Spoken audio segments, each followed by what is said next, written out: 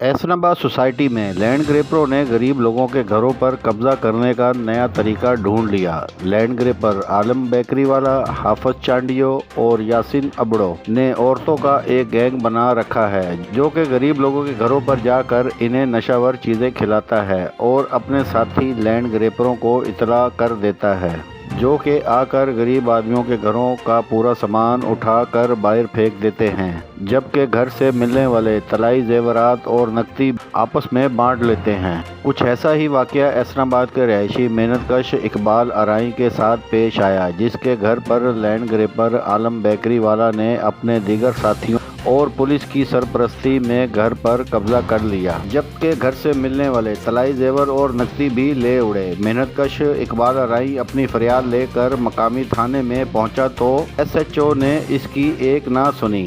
इकबाल अराई का कहना था कि मैं मोहम्मद इकबाल अराई बात कर रहा हूं कि मैं 6 तारीख को कोई निजी काम के सिलसिले में बाहर दूसरी जगह गया हुआ था और 7 तारीख को शामी 5:45 बजे मेरे घर में चंद अफराद दाखिल हो गए, जिसमें मेरे घर वाली घर में अकेली थी। उसको घर से बाहर निकाल दिया और एक छोटा सा बच्चा भी था, उसको भी बाहर निकाल दिया और घर पे कब्जा कर लिया। वो मेरा बेटा बड़ा दूध लेने के लिए गया हुआ था। जब वो आया तो उसने देखा कि मेरे घर वाली बाहर खड़ी है और अंदर घर के बंदे घुसे हुए हैं। उनमें से कुछ अफरादों को पहचानते हैं, जिनका नाम आलम बेकरी वाला, यासीन और हफीज चांडियो मौजूद है। बाकी नामालूम आदमी हैं, उनको हम पहचानते हैं, नाम हमें नहीं है। उन्होंने हमारे घर पे कब्जा कर लिया और हम 15 वालों को काले करते रहे, पुलिस वालों को काले करते रहे। उन्होंने हमारी कोई सुनवाई नहीं की। मैं रास्ते में हैदराबाद में था कि मेरे पास फ़ोन गया कि घर में कब्जा हो गया है, तो मैं वहाँ से 10 बजे पहुँचा और आते ही मैं थाने गया।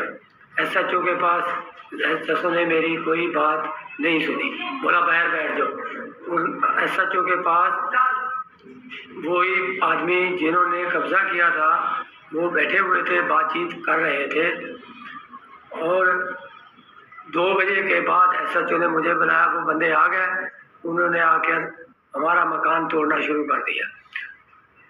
इम्तियाज मरबत SHO साहब उनके साथ मिले हुए थे और पहलवान ASI भी।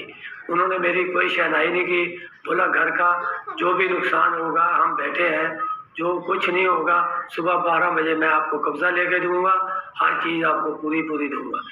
जिसके अंदर मेरे सामान और जेवरात, नकदी पैसे, जो कि मेरा दामाद ज़मीन बेचकर नवाब शाह से आया था वो पड़े थे, उसने मकान लेने के लिए रखे थे मेरे पास मानत के तौर पर, वो भी हर चीज़ मौजूद थी।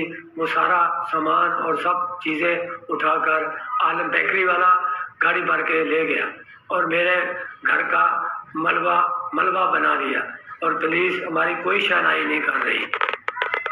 बड़ा मेहरबानी करके मेरे पर रहम किया जाए, मेरे पे रहम किया जाए, मेरा जगह मुझे दिलाई जाए और मेरा सामान मुझे दिलाया जाए। याद रहे, ये वही एहसनाबाद सोसाइटी है जिसे सेक्रेटरी लैंड ने सिंध हाई कोर्ट में लिख कर दिया है कि ये एक गैर कानूनी सोसाइटी है, जिसके बाद सिंध हाई कोर्ट ने इस सोसाइटी के सेल, परचेज और ट्रांसफर पर पाबंदी आयद कर दी थी। मगर ये लैंड ग्रैबर आज भी side super highway police station की सरपरस्ती में इन जमीनों पर कब्जा कर रहे हैं और लोगों को जाली फाइलें बनाकर दे रहे हैं। जबकि हैरत की बात यह है कि सिंध बिल्डिंग कंट्रोल अथॉरिटी और सब रजिस्ट्रार गडाब ने भी इस सोसाइटी को जाली करार दिया है। अल्लाह बख्श गोट के रिहायशियों ने इल्जाम आयद किया है कि इलाकाई पुलिस 2-4 लाख रुपए लेकर इन लैंड ग्रैबरों का भरपूर साथ दे रही है, जिसकी आज़ादाना इंक्वायरी होनी चाहिए। मेहनतकश इकबाल अराई ने निगरान वज़ीर आला Sindh, chief justice of Pakistan और DG रेंजर से मुतालबा किया है कि मेरी फौरी तौर पर दाद रसी की जाए।